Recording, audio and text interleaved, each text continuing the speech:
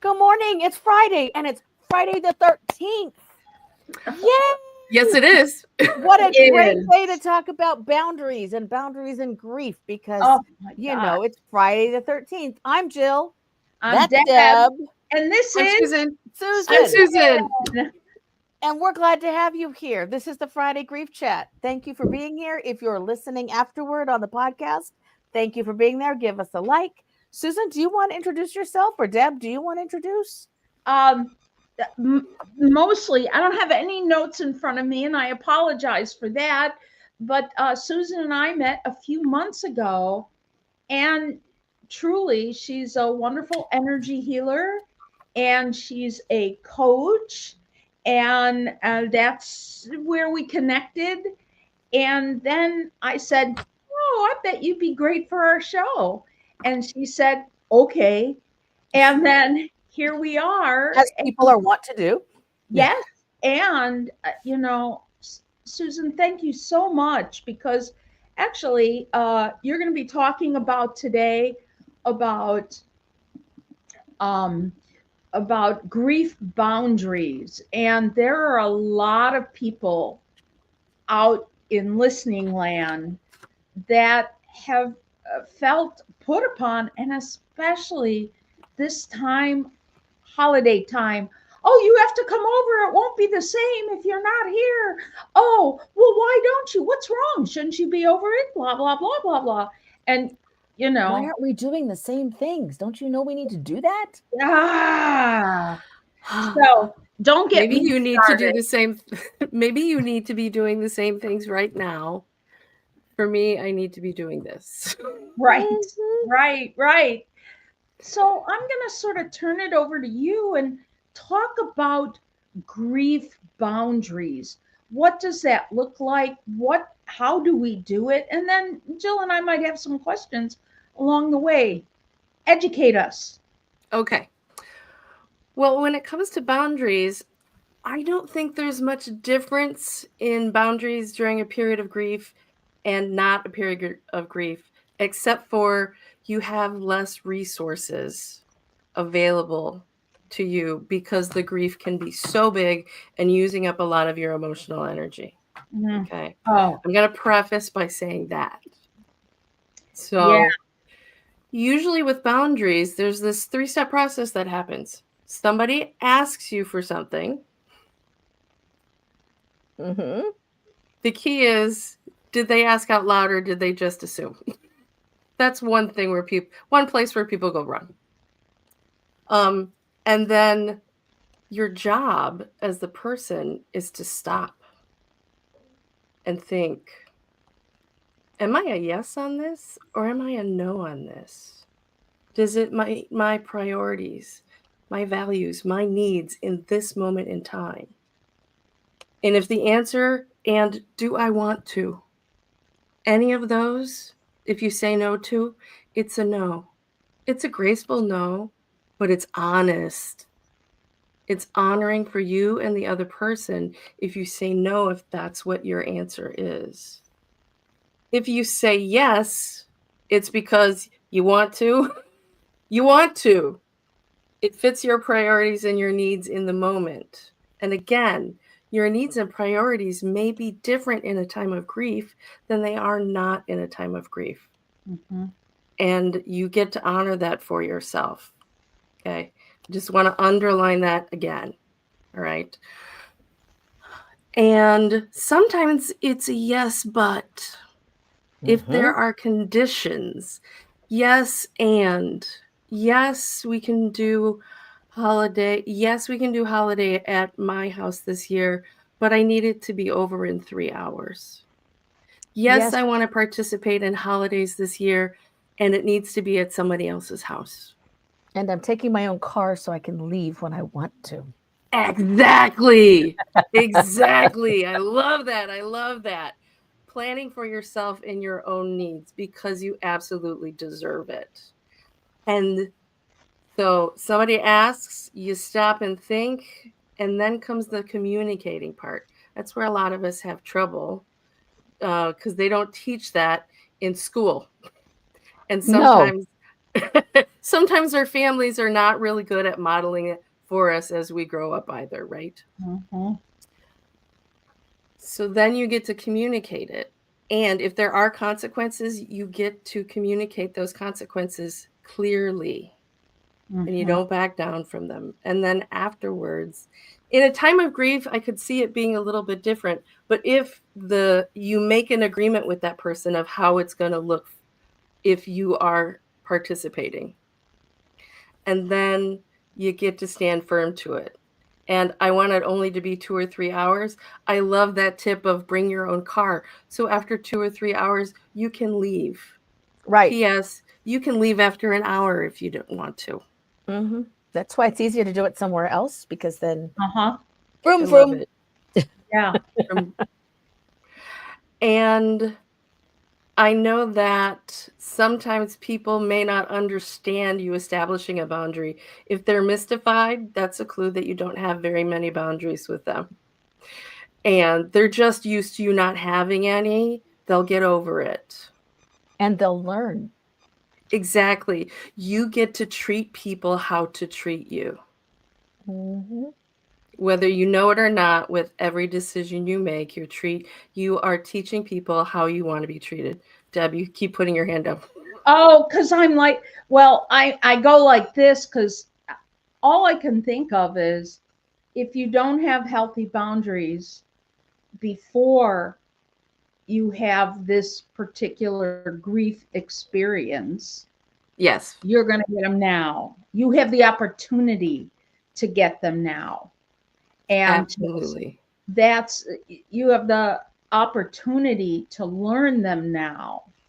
And that's not a bad thing. It's just what happens. Especially, I find women after a spouse dies.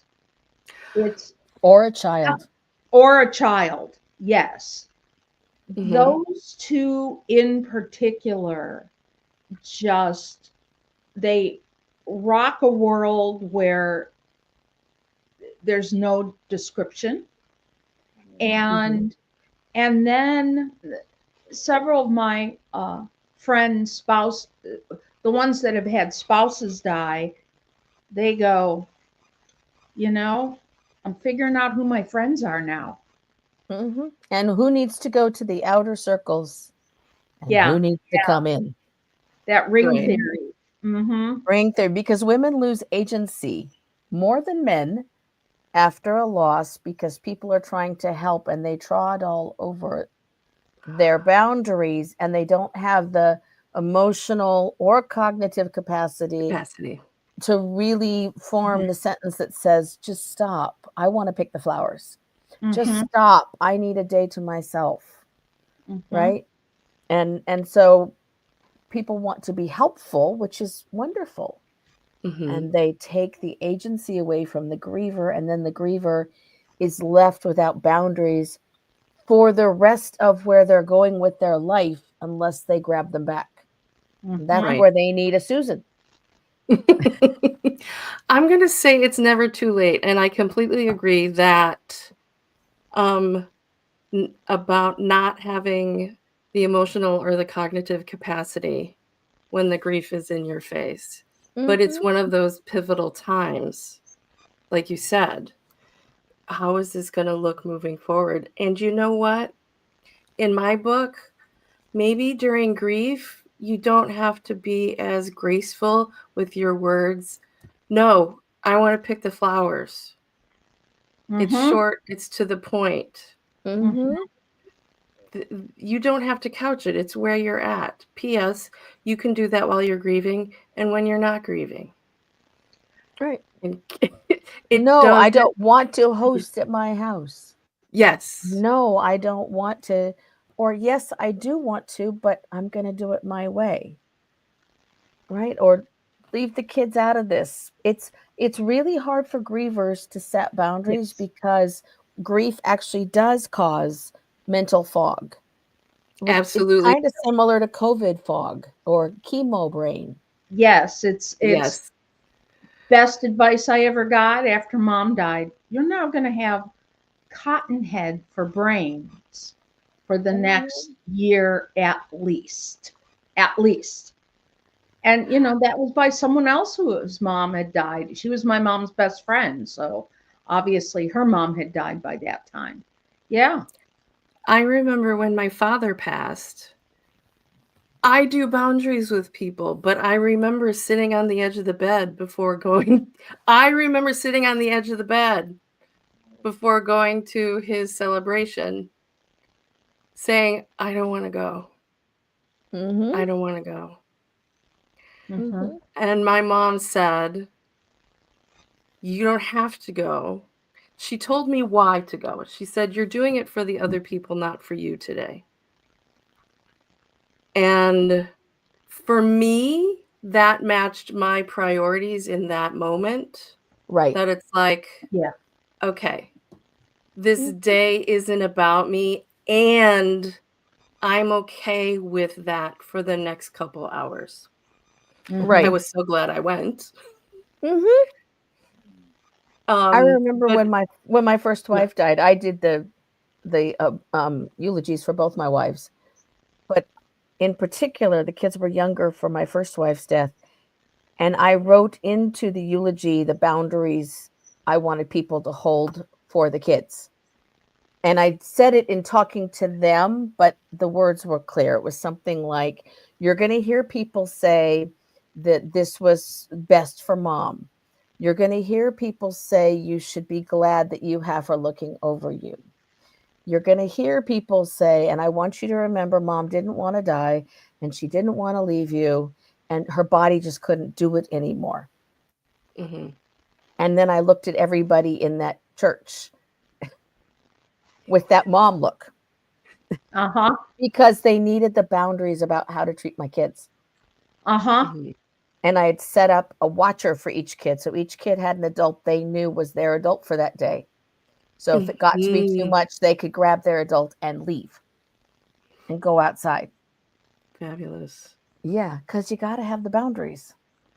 But I did that way before the dying, because once someone dies, Deb, you're right. Cotton. Practice now. Yeah, Practice SFB. now. Practice It's now. kind of like riding a bicycle. Yeah. Right. Right.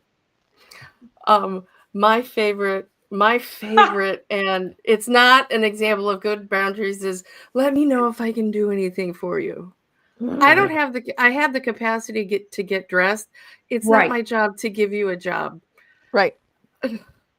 Right. I actually have a list of things people can do, and I give it to my grievers, and I say, you can give this to your friends, and you can pick which ones you want. Wonderful. That, but what's a kind way of saying, I'm not going to give you a job. I can't do it. If I think of anything, I'll let you know. Mm-hmm. Or thank you, that's so kind. If I can ever think clearly again, I'll tell you. Yeah. That I think is the most honest response. Mm-hmm. And it honors both you and them when you just are honest with where you are in the moment. Mm-hmm. And use whatever words you need to spit it out. Yeah, that's the thing. Sometimes, and when you're not used to setting a boundary, you can come off, or the other person isn't used to hearing a boundary. It's both of those. Then other people say, well, that's sort of harsh, or you've never talked to me that way, or whatever. And that's, once again, ring theory. You're not, the person in the middle isn't supposed to take care of the people outside of the middle, right? The outside of the middle is supposed to take care of. I just want to, I don't know if you ever remember the movie Airplane. And my friend from Italy, he often would say, and he just wrote too, there's no parking in the white zone. No parking in the white zone. And that's from Airplane. And I wondered where it came from. Yeah, when they pull up to the airport, do not park in the white zone. No parking in the white zone. and it plays over and over. They're saying it out loud. They're Yes. sharing their expectations and Yes. needs. That's what they do. Do at they say, please don't park in the white zone because that plugs traffic for people trying to drop off other people? No, you can't do all those words when you're grieving. Maybe we should make grief tickets. Ooh. Oh, Grievers could give tickets to people violating the boundaries. yes. I love that. Yes, I love it. that's I right. love it. Or I'm going to write you a warning. Yes. Ooh. One more infraction, and you're booted to the C congregation. So, and it's going to cost you $50 too. yeah. So I can hire someone and tell them what to do and not feel guilty.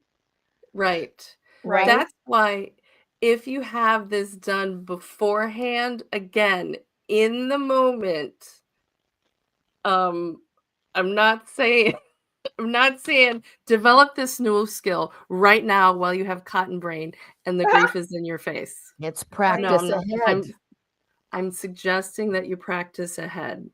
This is something of time. hospices should be doing with folks.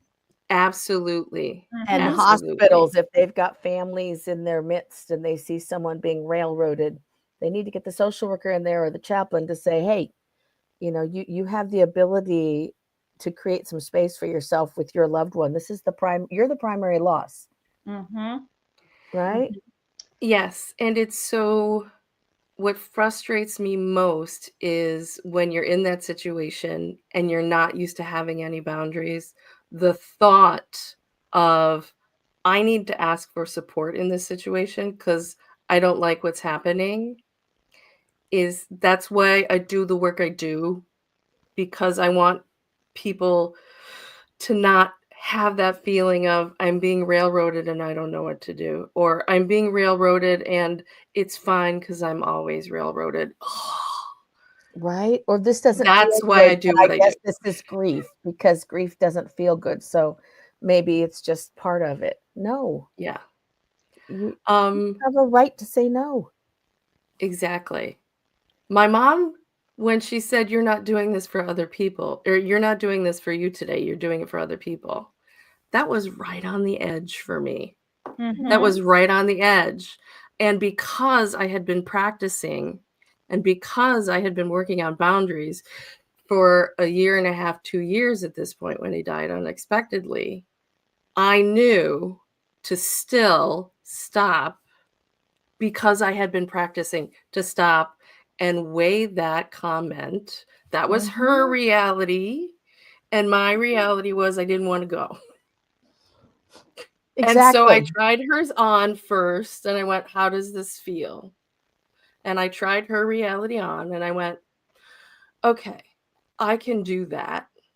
And it will be a gift for those people that I love. And so that's why I decided to do it. But only because I stopped and reviewed, am I willing to do this? Does it fit my priorities?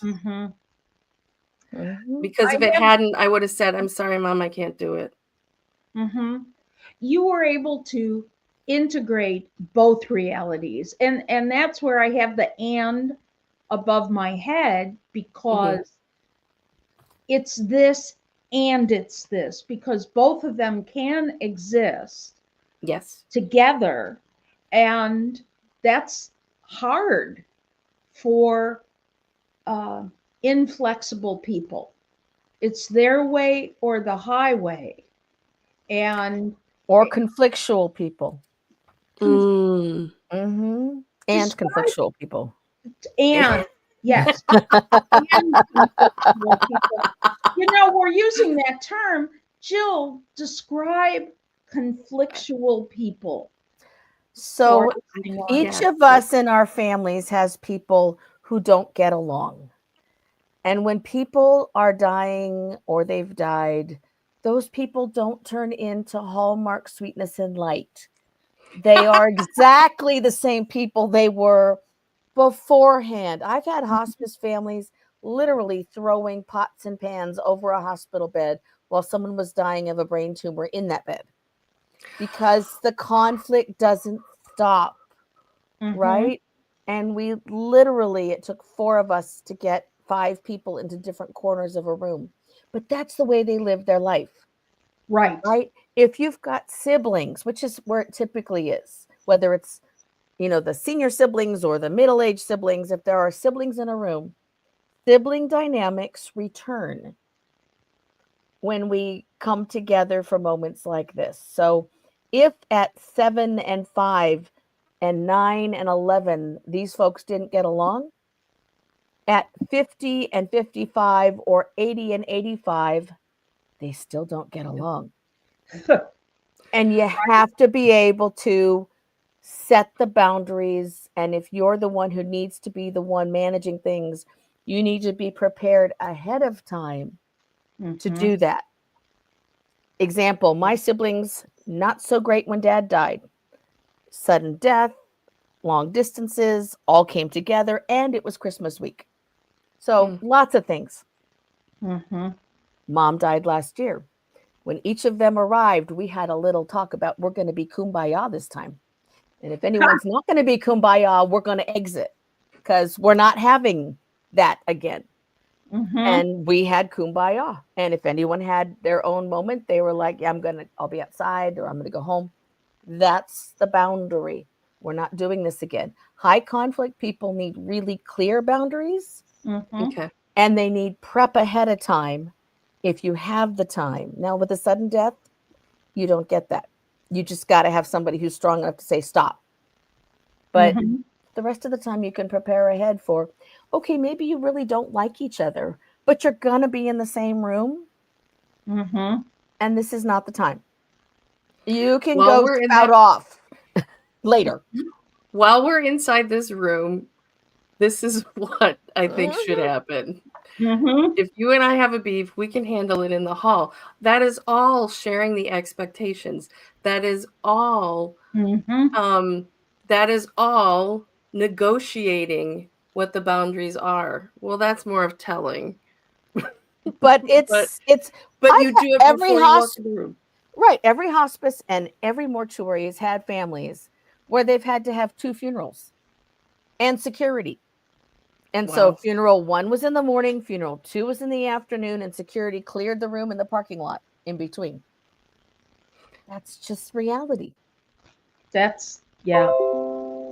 think also that being at funeral homes, deciding how you want your loved ones, what kind of ceremony or not ceremony you want, how you want your body prepared or not prepared, all of that, deciding all of that ahead of time is you communicating your boundaries of what you would like when you're no longer able. Right. And each person, if it's a couple making those decisions, each person gets their own decisions. Absolutely. It's not everyone has to have the same thing. Right? No.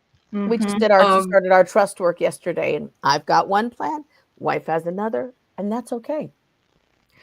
When my father, it was pretty clear my father was going to, he was not doing well. He had an unexpected fall, and I had that quality of life discussion with him because I suspected that it would be different than my sister's. His was more like mine. And so I said, this is what he wants. This is what he has decided is a quality of life for him. And if this, and it's very different than yours, Amy, but I want you to understand this is what he has asked for. So would he have just done that out of course? No. But if you don't, how can you know a boundary or an expectation if it is not said or spoken or negotiated ahead of time? Exactly right, which is why we need to have end-of-life discussions before end of life is even an issue. Yes. That needs to be clear with every member of your family. It should be dinner table conversation. Not Yes. not a terrifying moment where you can't have that discussion, right? Yeah, Yes. thinking, let's order ice cream and talk about death. Who wants Oh. hot fudge? We always go out for ice cream after the mortuary has taken the person out. That's what Oh, we do yeah. in our family. That's right. That's right. And we review the whole process, and then everyone votes again for what they want. That's just reality. Can I have sprinkles on mine, please? Yes. And I I need get some hot fudge. sprinkles for this conversation. Exactly. But I think about that because, I mean, the only way I knew what my mom wanted is she had come home from the hospital seeing her friend hooked up to tubes, and she was quite proud of herself that she didn't throw up. I mean, seriously, that she did not get sick and that she stayed there. And she came back and we were talking, and she says, if I ever get like so and so, I want a Kevorkian milkshake. That's what she said. And I said, well, it's not legal in this state. She goes, Debbie, I know. You can talk a doctor into anything. That's what my mother said. And I said, you're right. What flavor? She goes, chocolate. Like, how stupid could I be? And then there was my mother who said, if I ever have dementia, which is what she died of, you were to take me to San Francisco and toss me off the Golden Gate Bridge, which was one of her favorite places. Fortunately, there's fences now, so I couldn't do it. So we called in hospice instead. But Yeah. right, you gotta. I know we need to be clear. Drugs. Yeah, Right. that's what I did. Mm-hmm. You know, I got my brother on board. I talked to my mom, and yeah, I mean, somebody has to take the lead. Right. And if you're not able to, and we're talking to our listening audience, then go to the sibling or friend that is able to. And make sure it's in writing. Yes. Absolutely. Set your boundaries in writing for the plans, for the who. You can have a plan for end of life. Who do you want present? Is there someone maybe you don't want present? Mm-hmm. Do you want the dog and the cat, or do you not? Because if you don't put it in writing, someone else is going to decide for you. Right. Exactly. Families will fight over what music is playing. They will fight before someone dies over who's here, how long, how much time. Does mom, dad, or whoever get alone time? There's all kinds of ways that boundaries get breached unless the boundaries are worked out the way Susan is saying, and in writing so that they can be followed, and make sure the in writing can be found. Mm-hmm. Oh gosh, yes. It doesn't help when you hang it in the closet, which is what my mom did. I knew what she wanted. We did it anyway. But yeah, her end of life wishes were hanging on a hanger in the closet. Mm-hmm. I had a premonition that my sister was going to have a brain aneurysm and die on her porch. And being an energy healer, sometimes that happens about 48 hours before something actually happens. So I called her up the next morning and I said, who gets the dog? Where's your will? Where are your passwords? And you want this and this as your quality of life, right? And she goes, yes. And I'm like, okay, do me a favor. Don't go have a cigarette on your back porch at 8:15 tomorrow morning. Other than that, have a nice day. What did she say? She said, well, you're going to do the dog. And I went, no, I'm not. And my will is this. And she goes, I haven't had it notarized. And I'm like, is it so? And she said, really? And I said, yeah. And she goes, I don't think so. And I'm like, okay. You know, even the best psychics are only good 80% of the time. And I sincerely hope I am wrong. Right? It's not enough time. I woke up crying.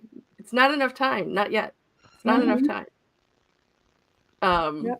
And thankfully, Monday at 10 o'clock, she called and said, I'm fine. I'm like, great, thanks. And did you take the will to the notary? No, Right? but it was signed. It was signed by two people with their full address, and that was accepted by that the court works. last time. Yes. Yeah. Yeah. It doesn't work as well, but it works. I have to have these conversations with some of our good friends. And, you know, there's a Yiddish expression that goes, "Hock me a chinik," which means rattle my tea kettle. Like when it gets all steamed up, it's making sound and it's clanking and stuff. So I have to uh, hock them a chinik, my good friends, and say, "Is the will done? Did you file it with the lawyer?" Because, you know, they're all getting older. And I'm like, what? Hey, this needs to get done. But if you And file it with the lawyer, get it back. yeah. Because my mom and dad's lawyer died, and we didn't have the signed copy. He did, but he was dead. Yeah. Oof. So you don't know where it is, in what box, what microfiche, Right. whatever. Mm-hmm. All of those things are you stating your boundaries. Well, not out loud, but out loud at some point so it could be written down. So it can Mhm. speak for you Mm-hmm. in that time when you're not able to. And Mhm. check it with those with whom you are including in the boundaries, and Mhm. from whom and let those whom you are excluding also know, so that nobody gets into fights around you. It's clear, and that way the grief process for those you leave behind will be easier, because there'll be fewer conflicts set up by not communicating. Mm-hmm. The not Mm-hmm. communicating is what causes the conflict. Yes. Exactly. Not talking about it. Oh darn, I sound like a therapist again. You got the shingle, baby. I don't. I was going to say, I don't have that shingle. But you guys can see things ahead, and I'm just not that one. I'm pretty sure I don't want to. No. No. Oh my Yes, it is so important that so many problems with boundaries being overtaken is they were not stated or communicated. Mm-hmm. That is Absolutely. the biggest thing that I have with the people pleasers that I work with is they never they either never stop and even think about it, or they are not communicating. Well, they should just know. You know, that's No, people don't know. they They And it leaves can't. so really much don't. room for the inherent bias we all have, thinking our way is the best way, when it's Mm-hmm. Exactly. our way that counts. Which is exactly why you make that plan Mhm. and you And put it in publish writing. it, Right. Yes. right? Like the medieval Europeans used to publish the bonds ahead of time before someone got married. So 3 times before a couple got married, everyone knew it was happening.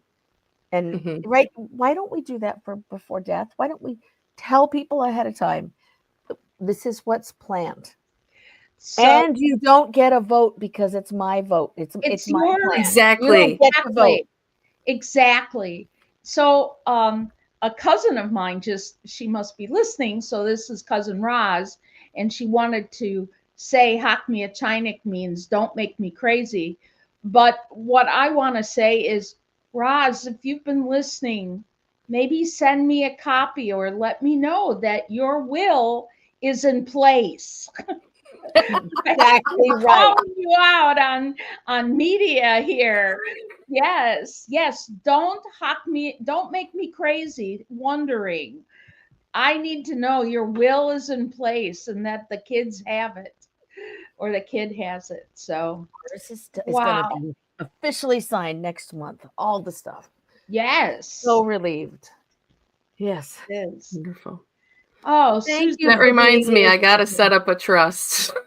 You do. you do. Yep. And we checked with the people that we involved in doing things, and they agreed, like all the things, all the communication needs to be done ahead of time, and it was, and that's what's important. Mm-hmm. Mm-hmm. So that's what death around boundaries is communicating it ahead of time. Communicating. Yes. Yep. It's better to communicate it ahead of time than when you don't have all the words, nor do you have the mental capacity to say, well, didn't you know mom said this, or didn't you know that your dad said this, or whatever. You don't have the capacity to use all the words to be nice because all the feels are out front. Wait, we're And supposed that- to be nice when we're first grieving? I was gonna say I'm having a little problem with the requirement to be nice. I'm not nice sometimes. Neither am I. Particularly when I'm low 60, resource. I'm not as nice. I used to be nice, and now I'm like, can you just? And then, obviously, they can't read the mind, but sometimes you want to be a little kinder in your delivery than like that. Sometimes. And practice that while you have that capacity, because you're not going to have the capacity when something happens. You're just not. And make sure you use your humor so that you can keep it comfortable for yourself and not be too stressed, and they can have permission to not be stressed too in having the conversations. Absolutely. Thank you for being here, Susan. I so You're appreciate it very much. Thank you for having me. I really appreciate that. Folks, you can reach Susan at Susan at chooseintojoy.com. And you can find her at chooseintojoy.com. We also have all of her information posted in the information about today's event, and we also will be putting it out on the podcast links as well. Thank you very much. Thank you, Susan. This was great. Will you come back again sometime? Absolutely, yes. Excellent. All right, hang on. I'm going to take us off live. Bye, everybody. Have a great weekend. Bye, everyone. See you next week. We're getting ready for Hanukkah and Christmas. Woohoo! Boy. What about Audrey's?